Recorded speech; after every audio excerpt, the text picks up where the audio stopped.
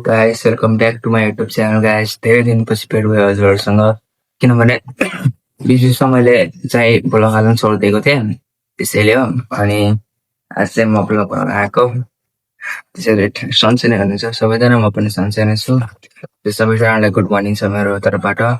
त्यसपछि बिहान चाहिँ उठेँ नि म, बिहानै उठेँ कति बजीतिर अलार्म चाहिँ लगाएको थिएँ मैले, कति बजेको 5 साढे 5 बजेको अलार्म चाहिँ लगाएको थिएँ।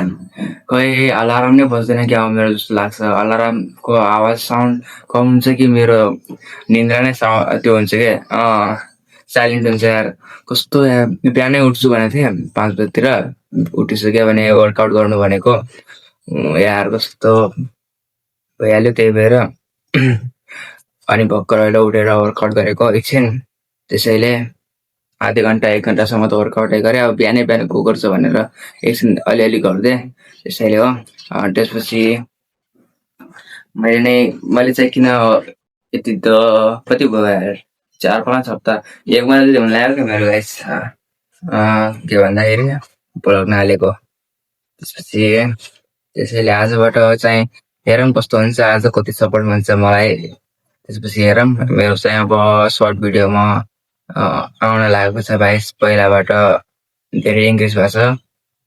घन्टामा चाहिँ आधा घन्टामा, पहिलाकै घन्टामा 1 घन्टामा क्या कस्तो आउने भइरहेको भ्युज 25-26 आउने गर्थ्यो क्या पहिला भ्युज मेरो। त्यसपछि अहिले त गाइस के भन्नु, उल्टा नै भयो के, जमिन र आसमानको फरक भयो गाइस।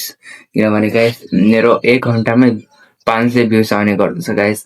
अनि त्यसपछि धेरै धेरै सपोर्ट गर्दै भएकोमा धेरै धेरै धन्यवाद।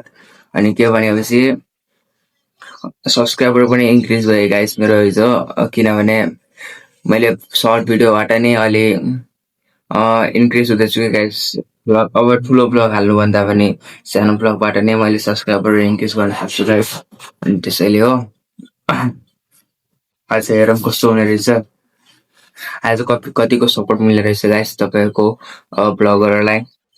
म ब्लगर नै हो है, बस सुरुमै नै भनिसकेको थिएँ गाइस, मैले जहिले युट्युब च्यानल खोल्छु नि गाइस, मलाई यति धेरै साथीहरू मिलेछन् नि सपोर्ट गर्ने, चाहेको पनि थिएन गाइस। आज मलाई 1000 सब्सक्राइब मिलेछ, 1000 के भन्छन् 100-200 भन, अब 200 पुगिरहेछ।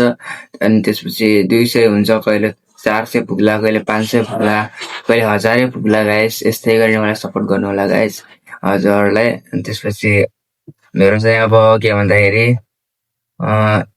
कोठामा एक्लै छु गाइस, किनभने ढोका पनि लगाइसकेँ गाइस मेरो आफ्नो कोठामा। त्यसपछि पहिला ढोका चाहिँ लागेको थिएन, पहिलाको ब्लगर मात्रै हेर्दै हुनुहुन्थ्यो होला, के भने म बाहिर जाने भित्र आउने अनि हो हल्ला हुने गाइस। त्यही भएर मैले छिट्टै नै ढोका लगाउनु भनिसकेँ गाइस, त्यही भएर ढोका पनि लगाएँ मैले। अनि राम्रो लागिरहेछ गाइस पहिलाभन्दा। त्यसपछि मैले चाहिँ पढ्नको लागि टेबल पनि किनिसकेको छु गाइस, स्टडी टेबल। किनभने गाइस यसमा एडिटिङ गर्न सजिलो हुन्छ, एडिटिङ गर्ने, स्टडी गर्ने, सबै गर्ने गाइस, राम्रो हुन्छ यसमा। अनि त्यही भएर अनि मौसम चाहिँ आज राम्रो छैन कि गाइस, अस्ति नै बाटै यस्तो के बिहानतिर राम्रो मौसम हुने, एकदम घाम लाग्ने, राम्रो कपडा सपडा धुने राम्रो हुन्छ गाइस, 9 बजीसम्म हुन्छ तिर। अनि त्यसपछि दिउँसो पनि के नराम्रो घाम हुन्छ। अनि त्यसपछि साँझतिर अलिअलि हुन लाग्यो भने हावाहुरीहरू चल्न लाग्छ कि गाइस। हाम्रो घर भन्छु नेपालमा, अब हाम्रै यो प्रदेशमा त त्यस्तै, हाम्रो जिल्लामा त्यस्तै भइरहेको छ गाइस।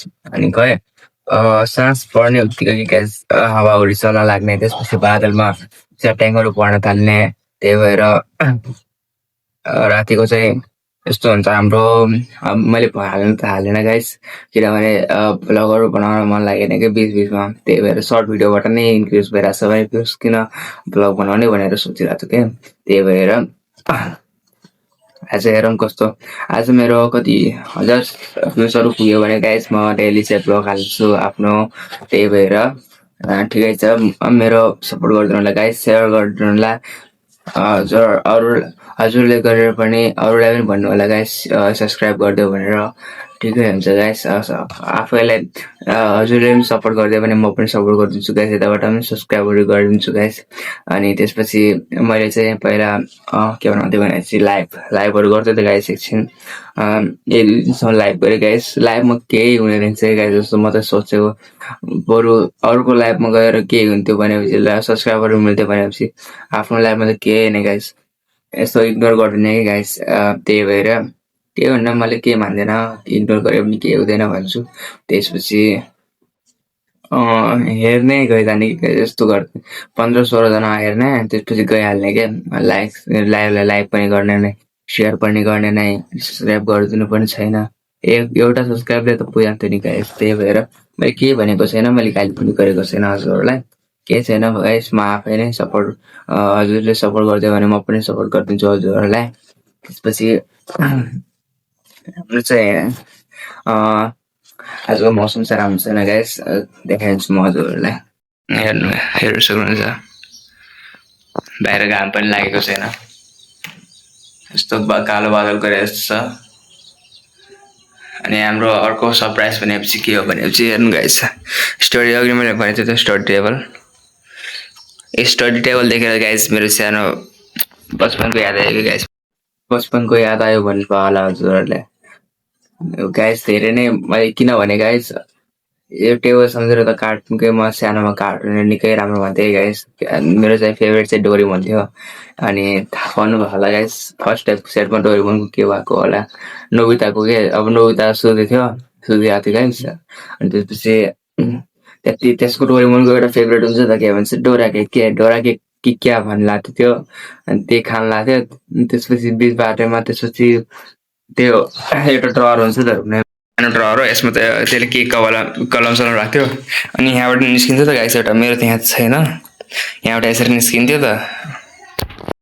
अब त्यो के भन्छन् डोरेमोन हेर्नेवाला मात्र थाहा होला कस्तो हुन्छ।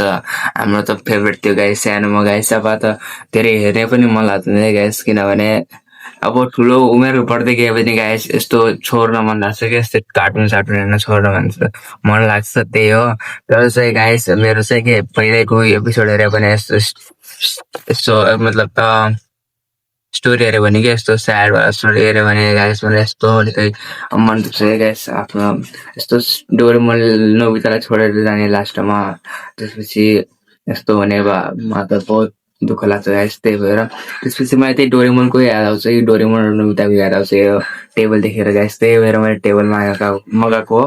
त्यस्तो छैन गाइस, तर त्यस्तै नै ठान्छु है गाइस, म यस्तै नै ठान्छु, मलाई राम्रो लाग्छ गाइस। त्यसपछि अरू सबैजना निकै नै हुनु होला। त्यसपछि मेरो आवाज पनि चेन्ज भयो गाइस, मैले चाहिँ बोलीहरू पनि यस्तो फरक गरिदिएँ गाइस मैले पहिलाभन्दा। अब पहिला कस्तो थियो अब अहिले कस्तो भयो गाइस। पहिला चाहिँ म ब्लगहरू हाल्ने गर्थेँ क्या, आफ्नो अर्को आइडी थियो, एउटा सानो छोटो मिठो आइडी थियो, त्यही भएर त्यसैमै ब्लग हाल्थेँ। त्यहीमा धेरै सपोर्टहरू मिलेन, त्यही भएर मैले छोडिदिएँ त्यो आइडी। त्यसपछि मेरो 1-2 साल कट्यो, त्यसपछि मेरो अहिले ब्लग हाल्न स्टार्ट गरेँ। हजुरहरूले पनि सपोर्ट गरिदिनु होला राम्रोसँग गाइस। खुसी लागेको चाहिँ गाइस, ठिकै छ। कस्तो लाग्यो हजुरहरूलाई मेरो त्यो हल्का अनि टेबलहरू भनेर कमेन्ट गरिदिनु होला गाइस। मैले धेरै जसो नेपाली नभएर हिन्दीहरूलाई पनि देखेँ गाइस, सपोर्टरहरू हिन्दीहरू नै, इन्डियाको मान्छे नै सपोर्टरहरू रहेछन् के। त्यसपछि नेपाली नबुझे पनि म चाहिँ एउटा हिन्दी ब्लग हाल्नेछु। त्यसपछि बुझिन्छ कि गाइस, नेपालीले पनि हिन्दी बुझिहाल्छ अनि हिन्दीले पनि हिन्दी बुझिहाल्छ नि, त्यस्तै नै तिनीहरूको अब मातृभाषा नै त्यही हो। त्यही भएर हाल्छु, म कुनै दिन अरू ब्लग पनि हाल्छु। अनि अहिले चाहिँ समय कति भएको छ, 8:11 भएको छ गाइस। मैले एउटा ब्लग एउटा सर्ट भिडियो हालिसकेको 9 बजे गइहाल्छ त्यो ब्लग, सबैजनाले हेरिदिनु होला राम्रोसँग। त्यसपछि त्यसमा 2000 भ्युजको टार्गेट छ गाइस, राम्रोसँग हेरिदिनु होला। 30 लाइकको छ टार्गेट, त्यसपछि 2000 भ्युज, त्योभन्दा बढी दिनुभयो भने झन् राम्रो मलाई। त्यसपछि अनि के भने अरू, ल ठिक छ गाइस, आजको ब्लग चाहिँ यति नै गरौँ हामीले। अनि अर्को ब्लग चाहिँ म भोलिहाल्छु। आज धेरै सपोर्ट मिल्यो भने मलाई म अर्को भ्लग पनि हाल्नेछु, राम्रो भ्लग। सबैजनाले हेरिदिनु होला। मेरो चाहिँ यस्तै बोल्ने सोल्ने हुन्छ, के भने मैले यस्तै हजुरहरूलाई मोटिभेसनहरू दिँदै गर्छु गाइस, यस्तो के आएको छ भनेर। अनि धेरै राम्रो भ्युज आयो भने म राम्रो राम्रो कन्टेन्टहरू हाल्नेछु गाइस। हुन्छ गाइस, आजको भ्लग चाहिँ यति नै।